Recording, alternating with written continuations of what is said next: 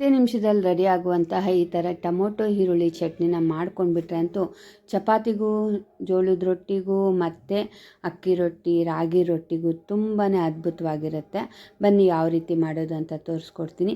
ಮೊದಲಿಗೆ ಸ್ವಲ್ಪ ಆಯಿಲ್ ಹಾಕಿ ವಿಡಿಯೋನ ಕೊನೆಯವರೆಗೂ ಸ್ಕಿಪ್ ಮಾಡ್ದಿರ ನೋಡಿದ್ರೆ ಈ ಚಟ್ನಿ ಯಾವ ರೀತಿ ಮಾಡ್ಬೋದು ಅಂತ ತಿಳ್ಕೊಬೋದು. ಸ್ವಲ್ಪ ಎಣ್ಣೆ ಕಾದ ನಂತರ ಜೀರಿಗೆನ ಸೇರಿಸ್ಕೊಂಡು ಹಸಿ ಶುಂಠಿನ ಹಾಕ್ಕೊಂಡು ಒಂದು 7 ಹಸಿಮೆಣ್ಸಿನ್ಕಾಯಿ ಸ್ವಲ್ಪ ರೆಡ್ ಕಲರ್ ಬಂದಿದೆ ಅದನ್ನು ಸೇರಿಸ್ಕೊತಾ ಇದ್ದೀನಿ. ಒಂದು 4 ಟೊಮೊಟೊ, ಒಂದು 3 ಈರುಳ್ಳಿನ ಹಾಕ್ಕೊಂಡು ಇದಕ್ಕೆ ಒಂದು ಕೊನಷ್ಟು ಹುಣಸೆ ಹಣ್ಣನ್ನು ಸೇರಿಸ್ಕೊತಾ ಇದ್ದೀನಿ. ಒಂದು 1/4 ನಿಂಬೆ ಗಾತ್ರದಷ್ಟು ಹುಣಸೆ ಹಣ್ಣನ್ನು ಸೇರಿಸ್ಕೊಂಡು ಎಲ್ಲ ನೀಟಾಗಿ ಫ್ರೈ ಮಾಡ್ಕೋಬೇಕು. ಎಲ್ಲ ಆದಮೇಲೆ ರುಚಿಗೆ ತಕ್ಕಷ್ಟು ಉಪ್ಪನ್ನು ಹಾಕ್ಕೊತಾ ಇದ್ದೀನಿ.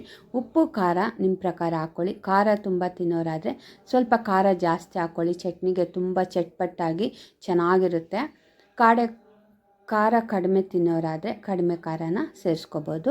ನಿಮ್ಮ ಪ್ರಕಾರ ಹಾಕ್ಕೊಳ್ಳಿ. ನೋಡಿ ಇಷ್ಟನ್ನು ಚೆನ್ನಾಗಿ ಫ್ರೈ ಮಾಡ್ಕೊಂಡಾದಮೇಲೆ ಈಗ ಇಷ್ಟನ್ನು ನಾನು ಮಿಕ್ಸಿ ಜಾರ್ಗೆ ಹಾಕ್ಕೊಂಡು ಗ್ರೈಂಡ್ ಮಾಡಿಕೊಂಡ್ರೆ ಸೂಪರಾದ ಈರುಳ್ಳಿ ಟೊಮೊಟೊ ಚಟ್ನಿ 10 ನಿಮಿಷದಲ್ಲಿ ಪಟಾಪಟ್ ಅಂತ ರೆಡಿ ಆಗುತ್ತೆ. ಚಟ್ನಿ ರೆಡಿ ಆಯಿತು ಅಂದಮೇಲೆ ಒಗ್ಗರಣೆ ಇರಲೇಬೇಕಲ್ವ. ಸ್ವಲ್ಪ ಆಯಿಲ್ ಹಾಕ್ಬಿಟ್ಟು ಸಾಸಿವೆ, ಜೀರಿಗೆ, ಒಂದು 4 ಒಣಮೆಣ್ಸಿನ್ಕಾಯಿ ಸಣ್ಣದಾಗಿ ಕಟ್ ಮಾಡಿಕೊಂಡು 4 ಪೀಸ್ ಮಾಡಿಕೊಂಡು ಹಾಕ್ಕೊತಾ ಇದ್ದೀನಿ.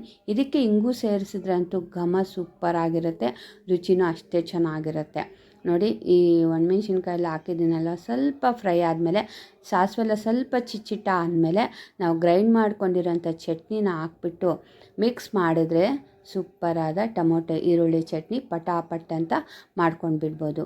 ನೋಡಿದ್ರೆ ಎಷ್ಟು ಈಸಿಯಾಗಿ ಸುಲಭವಾಗಿ ಮಾಡ್ಕೋಬೋದು. ಈ ವಿಡಿಯೋ ನಿಮಗೆಲ್ಲರಿಗೂ ಇಷ್ಟ ಆದರೆ ಪ್ಲೀಸ್ ಫ್ರೆಂಡ್ಸ್ ಲೈಕ್ ಮಾಡಿ, ಶೇರ್ ಮಾಡಿ, ನನ್ನ ಚಾನಲ್ನ ಫಾಲೋ ಮಾಡಿ.